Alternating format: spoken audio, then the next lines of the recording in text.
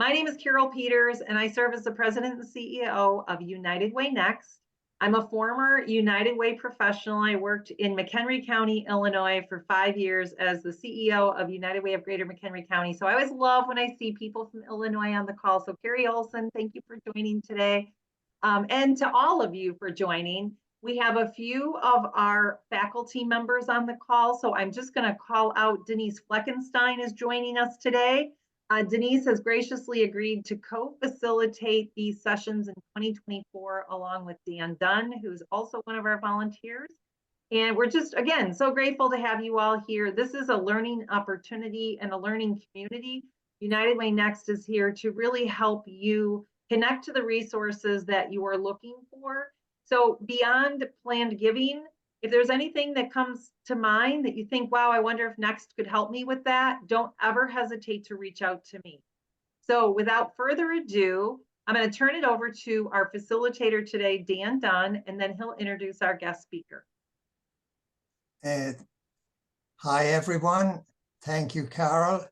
And thank you, Caitlin, for helping plan this learning session. Welcome to everyone. I know in local United Ways, it's a very busy time of the year. You're trying to bring in the money, and that's a wonderful mission that we have to help other people, and dollars really make a difference in terms of providing services to people. I want to welcome my co-facilitator, whom I do not know, Denise Fleckenstein. And Denise, thank you for agreeing to co-facilitate with me. Maybe if you're comfortable, take a moment or two to just tell us who you are and your connection with United Way, if that's okay. Sure, Dan. Hello, everyone. Hi, Christy. How are you? I have been involved with plan giving at various institutions over 20 years. I recently retired from the United Way for Southeastern Michigan, where I was the director of plan giving and major gifts. And so in my retirement, I was recommended to help and support United Way Next, which I was glad to do. I look forward to co-hosting with Dan next year. That's when my official duties start. Christy and I served on the United Way Worldwide Major and Plan Giving Council together for quite a long time. I was at my United Way for 12 years before I retired. But I'm looking forward to continuing the learning that I need to learn and keep abreast of what's going on in plan giving, as we know things change a lot in that profession. But I'm glad to serve, and I look forward to today's presentation. Thanks, Denise. Again, welcome. Just a little background about myself. I worked in 4 United Ways. The most recent United Way was in United Way of Central Alabama, which is in 1991, we started plan giving.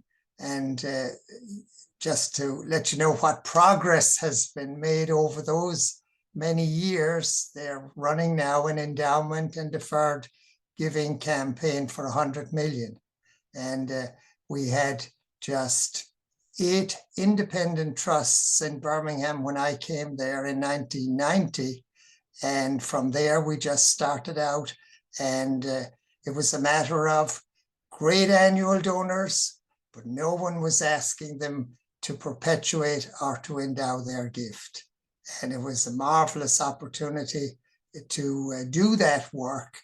And it was friendly visiting with people who are committed to United Way and planting the seed with them about the perpetuating the annual gift. So thank you for your presence here, and we look forward to your questions, and we welcome a great United Way staff member who will introduce himself, Karsten Halusa, who worked on preparing this presentation that he will give today. Yes, thanks, Dan. Hi, everyone. Former staff member of United Way. Let me go ahead and just launch my presentation.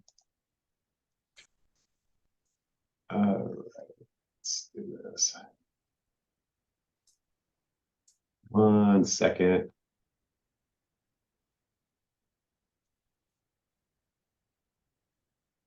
All right. Can everyone see the screen okay? Yes.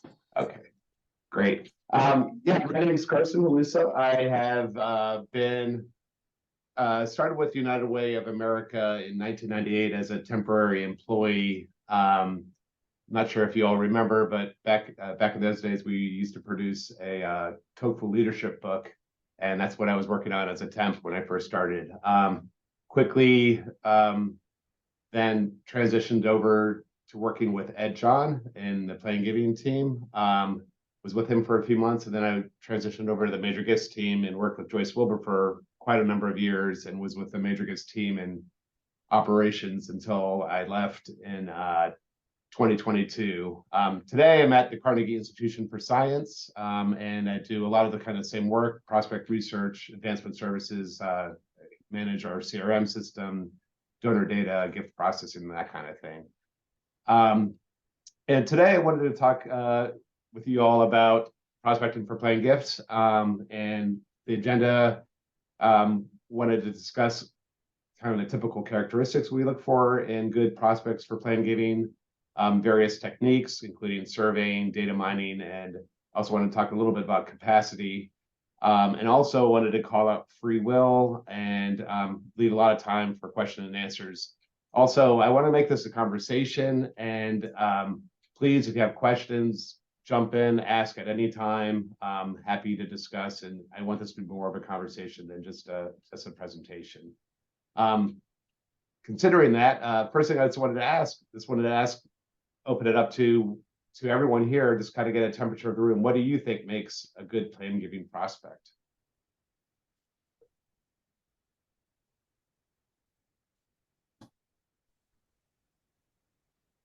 And don't be shy. Someone who's passionate about your organization. I'm going to say, obviously, one of the things is if they have kids, you're looking at not if they have children. You can pull the data on that. So I'll just throw that one out there. Great. Those individuals that have given in not necessarily a lot, but have given consistently over time. At my last organization, we had one woman who gave us $25 a month every month, and nobody thought anything of it, and she died and left us her house. Mm-hmm. It's like longevity, not necessarily amount, but like length, years of giving. Yes. Yeah, I'm seeing also, let's see, affinities, affinities important as well. Obviously, if they're a donor who's been giving many years, there's obviously also affinity there as well. Anything else?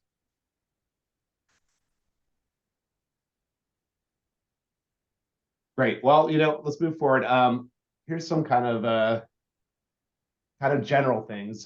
Again, past giving is a very important aspect of plan giving prospects. There was a Giving USA study that more than 50% of plan gift donors had given to the organizations they left their bequest to for more than 20 years. Another important characteristic is their involvement with you. Beyond just giving, are they volunteering? Are they board members? Also, don't forget about your own employees. And then also, I kind of threw in beneficiaries, ? Those who received services from agencies or directly from programs that United Way runs might be also a good characteristic to look for. Also, other characteristics we can look for is giving to other charities, and obviously, whenever anyone gives to a political campaign, it's a good indication that they're also a philanthropic giver. And finally, I just wanted to mention, capacity when it comes to bequests. Capacity is not necessarily the end all. A lot of times, as somebody mentioned, that they had a $25 donor who gave their house. That kind of situation can happen a lot, but a good thing to look for is a good indicator is if they own real estate, and just a mid-level to a higher end of the real estate generally is somebody that also often gives a planned gift. Any questions? Let's see that. Go for it. So I want to talk about various techniques, and I know United Way, when I was there for those 23 years, the biggest problem, kind of the Achilles heel of the United Way network is the workplace campaign was our power, but also was kind of an issue on actually knowing who our donors were. A lot of times we don't get the full addresses, the full details of who those people are. Many times it could just be a name. Hoping it's improving, but I know that's always kind of a big limiting factor on knowing our donors. And so one of the techniques, and a lot of folks would be recommended, is to survey your supporters, and mainly really just ask straight out, have they already left a gift to United Way in their will, their trust, or by beneficiary designation? Also ask things about demographics. Do they have any children? What is their age? And especially if you can get their date of birth, that's fantastic, because it helps with prospect research and future research efforts. Also, how has United Way been part of their lives? How long have they been donating? How have they volunteered? Have they gone to events? How do they interact with social media, et cetera? So these kind of things, these surveys, I'm not sure, I'm kind of curious if anyone's actually done a survey like this with their donors. Would really like to hear about your experiences with it. Hoping someone has. I haven't done one here at United Way. I've been in my role less than 2 years, but the organization that I came from, we did the survey, and it was kind of like, hey, we just want to make sure we have everything current with you. And so it wasn't like, hey, would you be a great plan, are you a great plan giving donor? So we did do a survey to ask some questions to make sure we had like their profile updated, and then we would start, organizing our list to our strategy for plan giving. Yeah, great. Yeah, and I think it's key also, if you do a survey like this, is don't hide its purpose. Really be clear about why you're doing the survey. And you don't try to hide the fact that yeah, we want to help our organization plan for the future, and we're really trying to figure out getting more plan gift support. I mean, there's no harm in being open about that. Some other kind of questions you can ask: how have you supported our mission in the past? When did you first become involved? Would you consider a gift to our mission in your will? Are you married? How many children do you have? How many grandchildren do you have? That kind of thing. And all these kind of characteristics are important, because the next thing here is, after you gather this information, you really want to start researching not just those that you had self-identified that had already given you a planned gift, but also your other top prospects and other major donors that you think are top prospects. What are the similarities between those groups of people that would help you identify others in your donor database? Are there any behaviors that are unique to United Way? And this is kind of, it's not really easy to describe what this might be in your community. It really depends on your community and your programs and what you're doing specifically in your areas. How is your volunteer program tracked? Do you have information on all your volunteers? Do you have information on who's coming to your events? Is that all in one central place? That kind of thing. And so once you figure that kind of stuff out, you kind of try to gather that information and compile it and create a persona. And that way you can then look at your database and see who else matches those personas specifically. And that usually is a long process and very custom to each individual United Way or each individual organization. And also it's important to remember that the characteristics that are, commonplace for major gifts don't necessarily translate to those who are plan giving prospects. There could be differences, but many times they could have a lot of overlap as well. And I'm looking at the questions. Yeah, what is a good response rate generally to your surveys? Well, good question, Rochelle. I think those that actually even answer the survey is a good indication that they're engaged with your organization, because they're even willing to answer the surveys. That's a good indicator right off the bat. what a good response rate would be is, a lot of surveying research people. I'm thinking of our research team at United Way with Kelly Fishbein and those folks. They were happy with like a 20% response rate. So, I think it really just depends. Going on beyond surveying, wanted to talk a little bit about the things to look for in your database. And, the general term being data mining. This has already been mentioned, but repeat donors, longevity of giving is a very important part of it. I wanted to talk a little bit in a minute about RFM scores and how that can help, and giving that information to you and giving you some clarity around that information. Also, just looking at who your major givers are, because obviously they're demonstrating an affinity just because of the fact that they're giving a major gift. And especially obviously their age. People over the age of 60 are generally at the point in life where they're thinking about wills and planning for the future and leaving a legacy. And I should also kind of amend my comments here just to state this is really concentrating on bequests and trusts and beneficiary designations. Other types of plan gifts such as stock gifts, donor advised fund giving, that kind of stuff is a different topic, and we're not really focusing on here. As those kinds of folks are actually more attuned to major gifts prospects.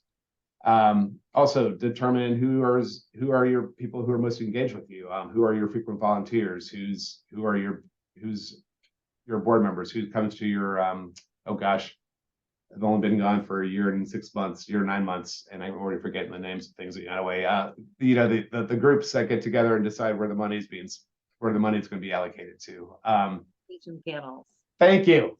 Thank you so much. Who's been involved in that? These are people who are stepping up and showing that they're interested in your organization and there's an affinity there. And then also people who are single, who have been divorced or widowed, also are better prospects in general for planning gifts, just because they're not trying to leave to children or grandchildren or the family commitments are not as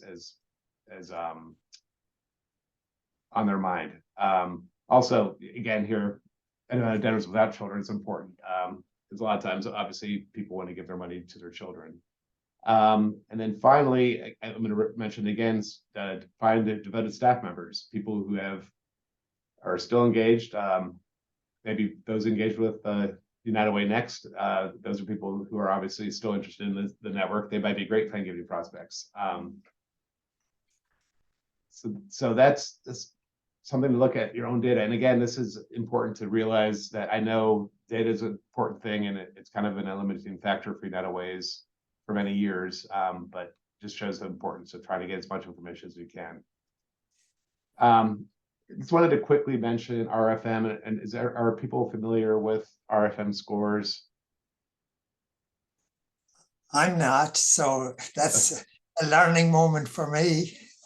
So the RFM score, RFM stands for recency, frequency, and monetary value. It's a score, again, there's no one way to do this kind of score. Every organization kind of has their own version of this. For instance, recency meaning how recently have they given, frequency, how often do they give, and monetary value, what is the largest gift that they have given. And you can assign scores and delineate your donor database this way so you can, again, this is really up to your organization and how your data plays out, but you can assign, say, a score from 1 to 3. If you get 3 points for somebody who has given within the last 6 months, you give 2 points to somebody who's given the last 2 years, you get 3 points to somebody who's given, you give 1 point to somebody who's given the last 4 years, whatever those kind of things were, whatever those breakdowns would work best for your organization. Then you look at frequency. Are they giving every year? Are they giving monthly? That kind of thing. And then again, you can describe 3 points for someone who's giving yearly, 2 points for somebody who is sporadically giving, 1 point for, that kind of thing. And then monetary value, those who give more than 10,000 gets 3 points. Those are, you add those values up, and then you get an RFM score, and you can use that against your whole database. The important thing here is that you want it to be something that really relies on your data, so you can do this automatically and not have to do it individually. And a lot of the donor CRMs out there, donor databases, have this thing built in. So depending on what system you might have, you might already have this somewhere in your CRM system. And if that's the case, I would just go with whatever was built in, because it makes everything much easier. But this is one measure on engagement, but it's really specific to their giving patterns and their giving history. And other types of engagement scores that you can deal with, you can consider other things like how often are they contacted? How often do they receive emails? A lot of the email programs these days, you'll know if they've opened it. So you can see, are they actually opening and engaging with your emails and communications? Do they click through the links that are sent? Do they attend your events? Are they volunteering?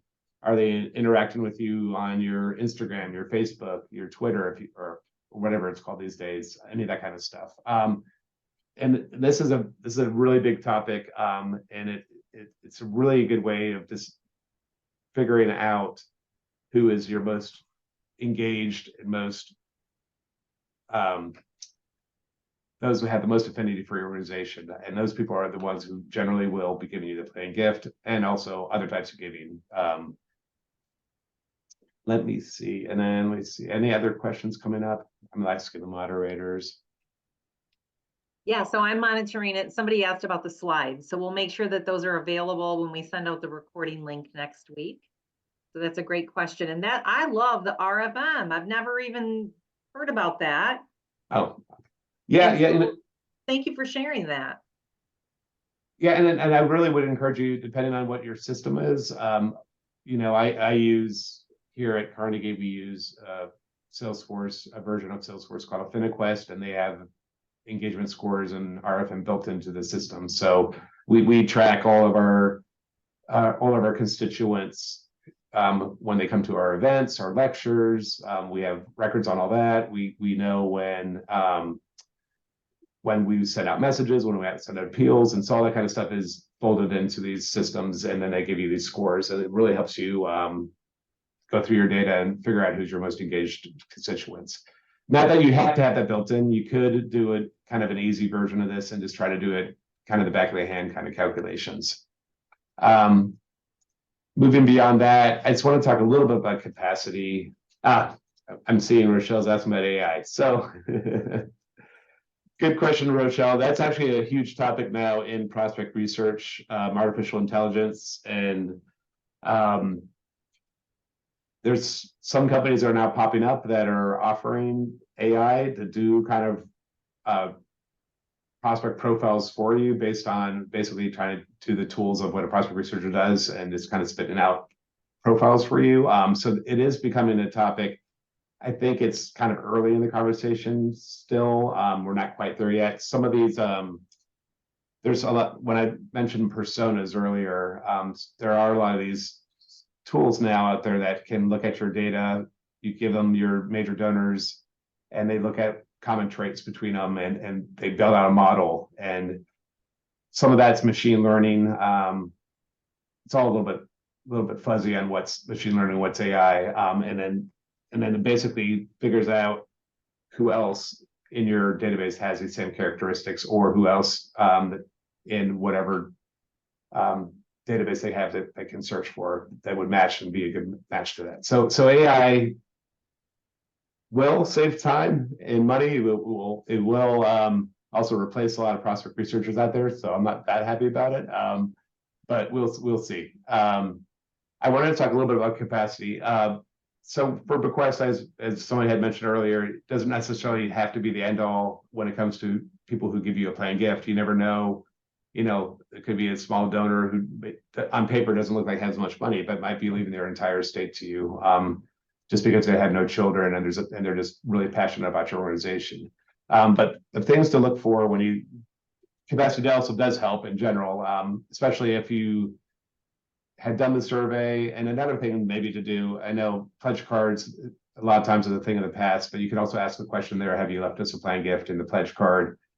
Or if you have any kind of influence on what the corporation is doing with their campaign tools, you know, to ask that question as well, to be able to recognize them as such. But to figure out the capacity at that point will then also help you concentrate on those who've kind of stood up and those that, you know, have the capacity to make a very large bequest. There are many different paid resources out there that you can subscribe to, like Wealth Engine, iWave, Donor Search. I love Windfall. I use them a lot. There are a lot of other companies out there that do this, but I know not everyone has the budget for that, or even the time to actually even concentrate on that kind of stuff. But there are some quick things you can do. I think I had mentioned previously that real estate is an important characteristic of those who can plan gifts. It just shows that they have assets in general. And it's a really easy thing to check. I think generally we all know kind of the wealthy zip codes and neighborhoods in our communities. So just look at, if you have their home addresses, try to delineate down who's in those wealthy zip codes. Also, Pulowski.net is a nice little website. It kind of is it's a database that has all the different tax assessors of all the counties in the country. So you can drill through that. And if you know if somebody has a summer home or a home somewhere else outside of your community, you know, you can check out those tax assessors and try to find the assessment value. Sometimes the tax assessor that won't give you that information, so you can refer to Zillow and see what the Zillow estimate is for that person. That kind of thing. And I'm seeing questions pop up.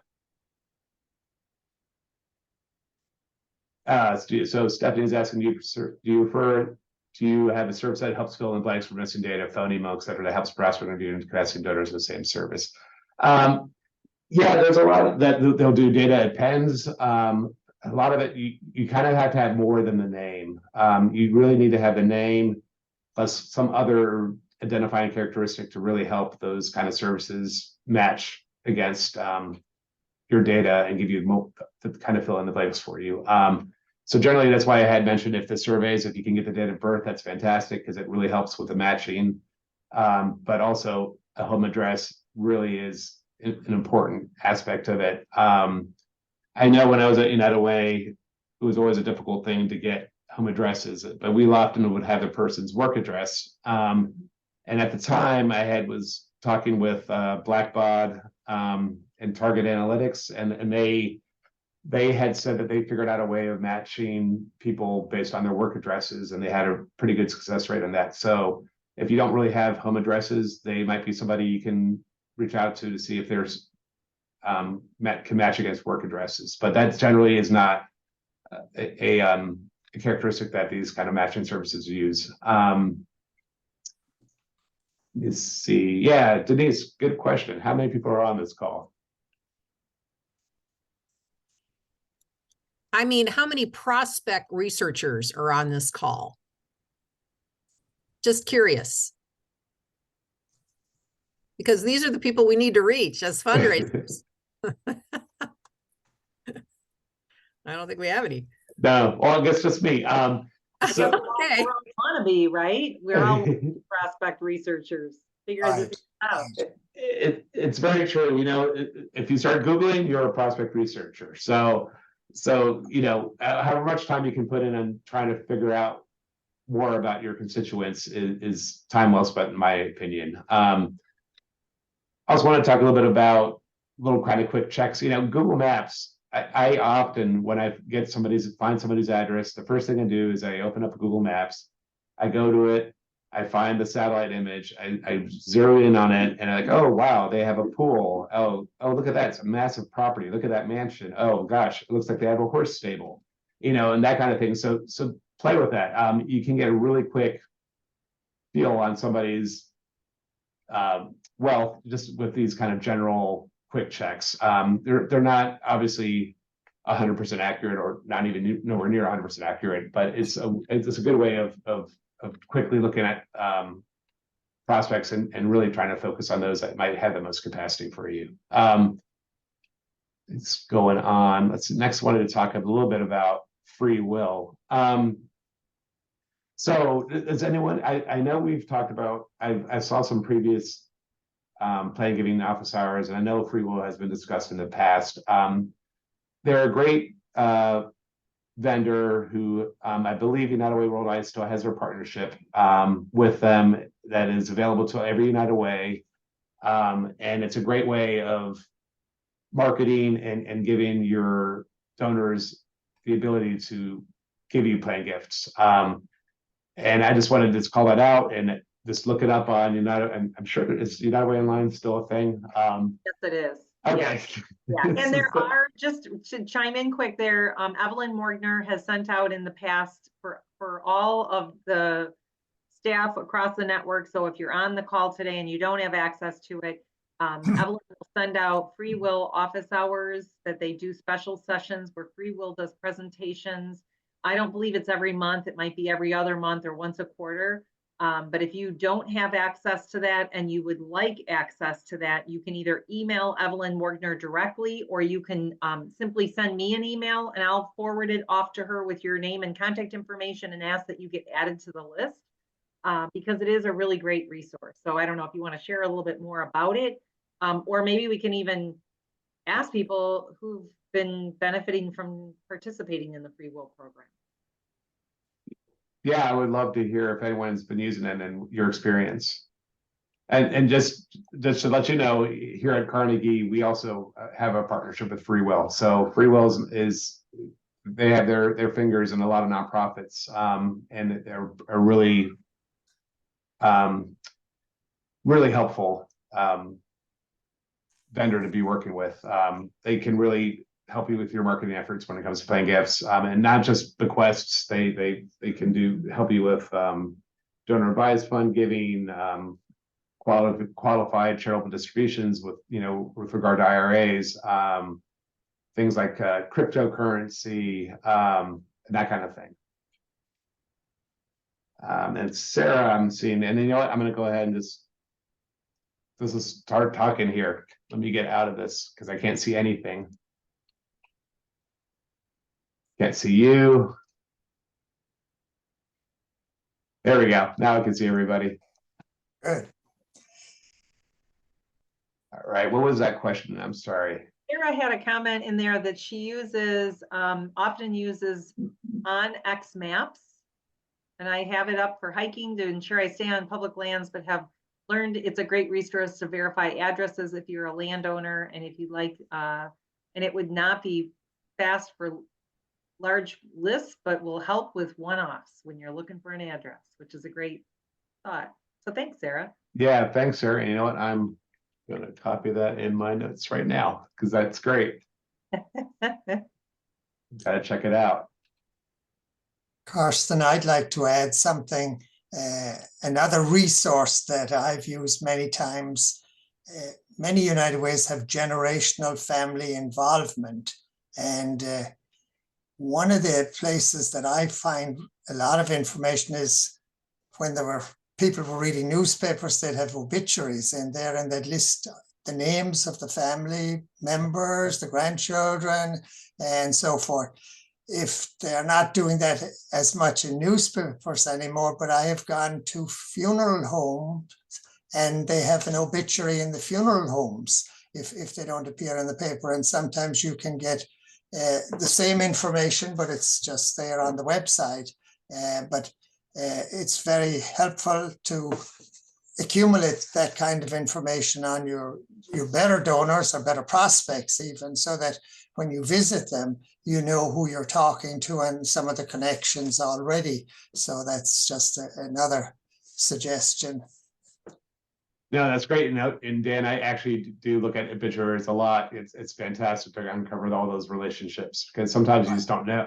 Sometimes you just don't know, is that really the wife, or is that, with people with different names now? Not no one always keeps the same name. Right. There was also a comment in the chat by Heather Ring, who said that she used to work in the Trust for Public Land and used the OnX as a resource, and it was very valuable. So that's kind of cool to know. I'm gonna look at it as soon as I get off this. You know, I'm going to share a really quick story, and this might not be necessarily as appropriate for planned giving. But when you talk about researching and data mining and looking at this, years ago, I mean, I did a bunch of work to help find my classmates for a class reunion. And this was back, gosh, I want to say in the early 2000s. And, you know, I was like the one in the class who made the decision to do that. And I literally was online searching and Googling, trying to find people. And the information that I found was pretty limited because, you know, I don't even know if Facebook was a thing yet. It was like MySpace was like popular. But what I will tell you is that most recently, I have been found by someone who was searching for me, and I got a letter in the mail from someone who had been looking for me for 7 years. And the person said they mailed me a card, and the card got returned. And then she went back online and was able to identify my correct address, which I still don't know how she found that. But today we have so much more information at our fingertips than we would have years ago. So I guess the question I have is who helps, you know, on the staff, Karsten, who would be the people, like if I was a 4-person United Way in Illinois and I'm doing it all as a CEO and I've got maybe a person doing finance and someone helping with marketing communications, and then I've got a finance or a fundraising person, how do you figure this out? Who does some of this research? I mean, is it like a time of the year that you spend just data mining and doing the work? Help me understand that. Yeah, that's tough, right? They have other things to do. So, you know, it's really about priorities, and you know, and you know, do you value? I mean, do you have the time? But priorities, do you have? Is this do you want to concentrate on playing gifts? Do you want to concentrate on getting major gifts? Do you really need to decide you have to learn more about your constituents? That's a tough problem. I don't know how to solve the small office problem. I'll just say that myself here at Carnegie, I was the only prospect researcher in all of United Way worldwide, and I was one of very few in the entire United Way network that just hadn't done it full time. But here at Carnegie, I'm also the only prospect researcher. But now I'm not just the only prospect researcher. I'm also doing all the gift processing, doing all the database management, CRM stuff. So it's just me alone, and I can't keep up.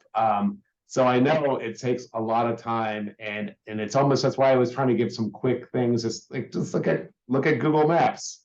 Do they have a fancy house? You know, that's quick. I mean, it's really nice, a really fast way that anybody can do, as opposed to getting really worried about finding every darn property they owned and doing the whole calculation on, you know, the old thing is wealthy individuals generally have between 20 and 30% of their wealth in real estate. You know, so find every real estate they have, and then you extrapolate that this is their entire net worth, that kind of thing. I mean, that kind of stuff is probably never going to be in the cards for small offices to do that kind of stuff. But I think if you can just concentrate on some quick things, and really looking at your own data and see what you already have, especially when it comes to playing gifts, the people who are going to give you playing gifts are people who you already know, generally.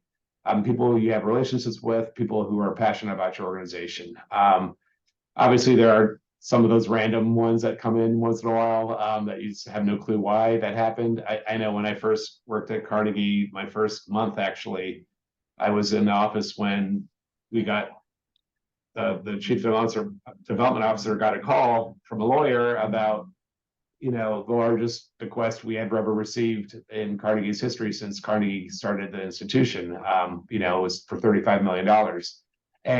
And it was this one guy who just went to one event, and he just liked it, and he didn't have any children, had a lot of money, and decided to give it to us. Obviously, he was passionate about the work we did, you know, science and astronomy, that kind of thing. But those are the things you're not going to be able to ever identify, right? Those kind of random people that kind of pop up, but you really need to concentrate on who you know. Those are the people who are most passionate, and those are the people you can actually try to focus on and make something happen with. I'm seeing Denise. How can the IT department help? So a lot of this is data mining and looking at your database. So, depending on how your United Way is structured, do you have a database administrator? Do you have, is that person in the IT department? I know at a lot of colleges and universities, sometimes the actual prospect research function actually lives in the IT department. Not always the case, but it often can, because it relies so heavily on data. So, you have to be, whoever is your data person, whether that's an IT or not, you need to become best friends with them and really pick their brains on what data do you have, what can we start tracking better, what can we clean up, and what can we really use to decide who's really engaged with us. Christy, yeah, great suggestion. I don't know, Carol, do you want to? It's okay, you can go with it. Christy has tapped into resources at corporate partners who have provided curated prospect lists in kind. Christy, I would love you to talk maybe a little bit more about that, if she's still on. Yeah, I'm here. Thanks. Oh.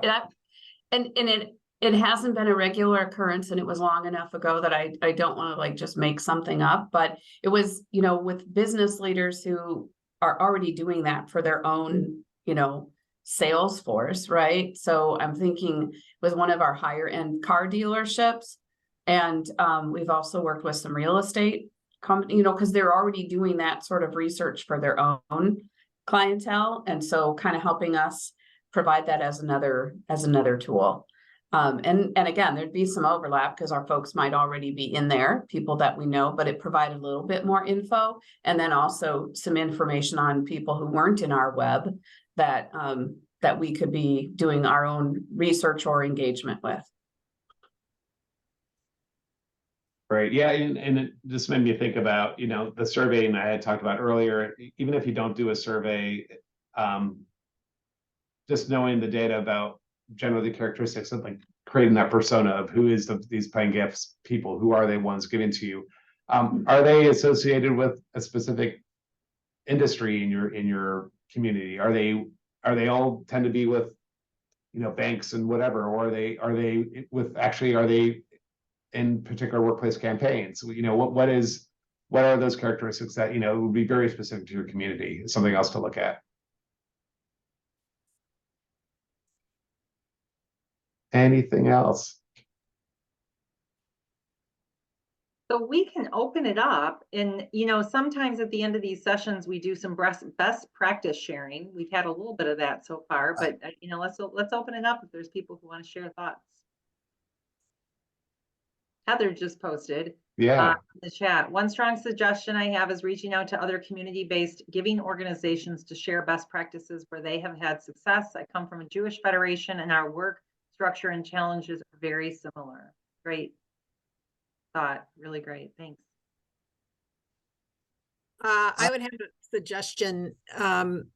If in your community or in your region, you have what is known as like a planned giving council, made up of all kinds of organizations, they're a great resource. So if you have one near you and you're not a member, I would recommend joining, because university, all walks of plan giving people are in those groups. And I have utilized, I'm a member of the Plan Giving Roundtable for Southeastern Michigan, and it has been a huge help in terms of resources for all the various organizations I work for, including United Way. So that's a great resource to get help on data and prospecting as well.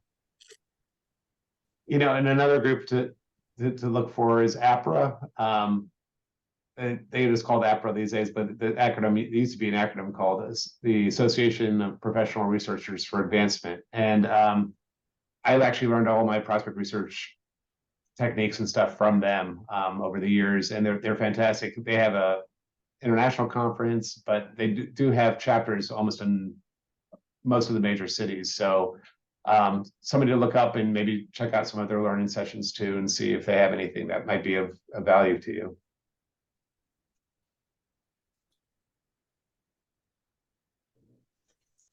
Karsten mentioned about prioritizing, and I think all the prospect research is wonderful and you need it, but then use that kind of funnel approach to narrow down all the top prospects and have your top 25 or top 50 or top 100. And that's where you look at the over 60 and those with the capacity and the history of involvement with United Way. And that's where the rubber really hits the road, then going out and seeing those people, having a friendly visit with them, listening to their stories, and then planting the seed about it, asking them, have they ever considered including United Way in their will estate plan? And it's 25 times that annual gift to endow. And so that really, then you see the fruit of your work in terms of prospect research. I learned a good lesson in a relatively smaller United Way in Asheville, North Carolina, where I was thinking, oh, I needed to prepare the case and this thing and that thing. And the chairman of the board, who worked for Kmart in those days, and a great woman volunteer, said, Dan, you're new to the community. Let's go out and meet our top donors. And we did. And I was kind of shocked because I didn't feel I was prepared enough. But I was sitting in the office where those two people were outward bound and went out and we made the calls, and I learned a lot. Just even if you're not, have all the data and the knowledge, go out and visit with the people. And that's the genius, I think, of growing your plan giving and endowment fund.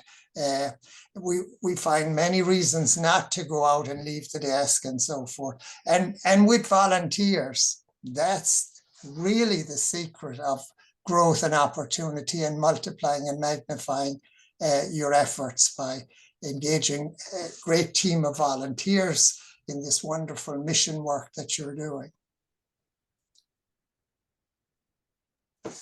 There is another comment in the chat from Lene Lemke, who said a good strategy is to identify our, I believe it's Tocqueville donors who are not already planned giving donors, and reach out to them, focusing on the the oldest in age down. So that's great. Absolutely. I mean, the major donors are some of, obviously are showing large affinity to you if they're giving you that much money. Yeah, for sure. I have to fess up. This is Lynn. I have to fess up. That's a Dan Dunne suggestion. I've talked with Dan a number of times and he helped me identify that group, which is just a great strategy. Thanks, Lynn. Peter Druck, the great management expert, said, concentrate resources on results. So you want to figure out where's the greatest potential, and then concentrate your time, which is limited, and your volunteers' time on the greatest potential, and work that from high to low. Heather's got a question about United Way worldwide support. I can't really speak to that anymore. I'm not sure if anyone else can. So, yeah, I'm not sure, but let me just share this briefly because I'm getting a few questions in the chat and I want to address it just with everyone. So United Way Next is a separate 501c3, from Worldwide, but we work in partnership with Worldwide and all of the state associations. Sometimes people are confused by who we are. So we are really an alumni association made up of retirees, alumni, and current staff, yourselves included in that. Local United Ways can be organizational members. And we offer through our planned giving faculty, people like Karsten and Denise and Roma and Rochelle and Dan, who are on the call today, are all volunteers who are also United Way Next members and experts in resource development, planned giving, and they are part of our faculty. So we have 21 volunteers who are planned giving faculty members, and they're really standing at the ready to serve as mentors, trusted advisors, assisting you with things like what we're talking about today. And so we absolutely, if you're interested in having a mentor, I've been chatting with Kathy and with Diane. They both expressed interest in, like connecting to someone that can help them. So this is part of our work, and our intention today with having this session is to inspire you all to take advantage of the resources within United Way Next. And we would not exist without this affinity to United Way, right? So that is why we're in partnership with Worldwide and our state associations in doing presentations. And I will say that all of our volunteers, like Denise and Karsten and Dan and Rochelle and Roma, are really doing this out of the goodness of their hearts. They're passionate about this work and they want to help and serve. So when they get these requests to be a mentor, they love it. And we have a few people on the call today that actually are mentees that have already been having some conversations with our mentors.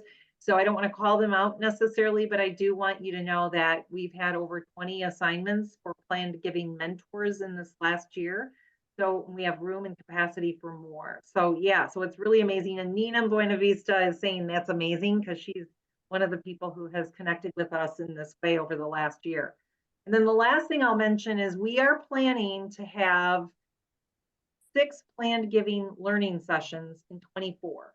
So we want you to know that we're getting those lined up with subjects that we believe will bring value to you, with our faculty who will be assigned as guest speakers. Typically we have anywhere from 1 to 3 people participate in the presentations, and they are passionate about doing this work and serving in the way of guest speakers. But we also have others who are not guest speakers that will be the mentors that can help with planning studies and other things like that. So I'm looking at the chat and I'll try to grab all the information for those of you who have commented about it, but you can always email me. Caitlin will be sending a follow-up email that you can respond to as well. She'll include my contact information, so don't ever hesitate to reach out. My email is Carol with a E on the end, .peters@uww.unitedway.org. And I'll throw that in the chat just so if you don't know how to reach me. So. And I see Karen, you put your name in there too. So I'm going to try to capture those before we're done, so I make sure I don't miss any. And lastly, I just want to thank Karsten for a great presentation. I mean, this was awesome. We had a lot of great engagement today, and I know you were thinking people wouldn't ask questions, but they've done great. So I can help for anyone else. Go ahead. I just have as other aside, Karsten, I'm going to a lecture tonight at Cranbrook Educational Communities Institute of Science. Tonight, and the speaker is Dr. Emily Lindsay, and she is the associate curator and director of the excavation site of the La Brea tar pits. Oh wow, nice. As an Institute of Science person, there you go. I full disclosure, I actually worked at Cranbrook Educational Community as their director of planned giving at one time. So great. Yeah, we had a lecture with Lee Berger, who's a paleontologist, anthropaleontologist. Anyway, I can go on and on about it. I know, it's fun. I just wanted to sorry everyone, but it was too funny that we had a science guy with us. So Karsten, thanks again. And to all the participants, thank you so much. Each of you adds so much to our program today. Thank you. Say thanks to Carol for keeping us all together and leading us, and to Caitlin for managing the presentations here today. So if anyone has anything else, now's your chance for a minute. Happy holidays, everyone. Yes, thank you so much to everybody who joined today. And for those who didn't join, you'll get the recording link next week. And we wish that you would have been here, but we hope that you find this information just as valuable. And again, thanks to Karsten and Dan and Denise and Rochelle and Roma, who serve as our volunteer faculty, and to each one of you for being a part of the session today. Thanks, Caitlin, for everything you do. Thank Have you. a great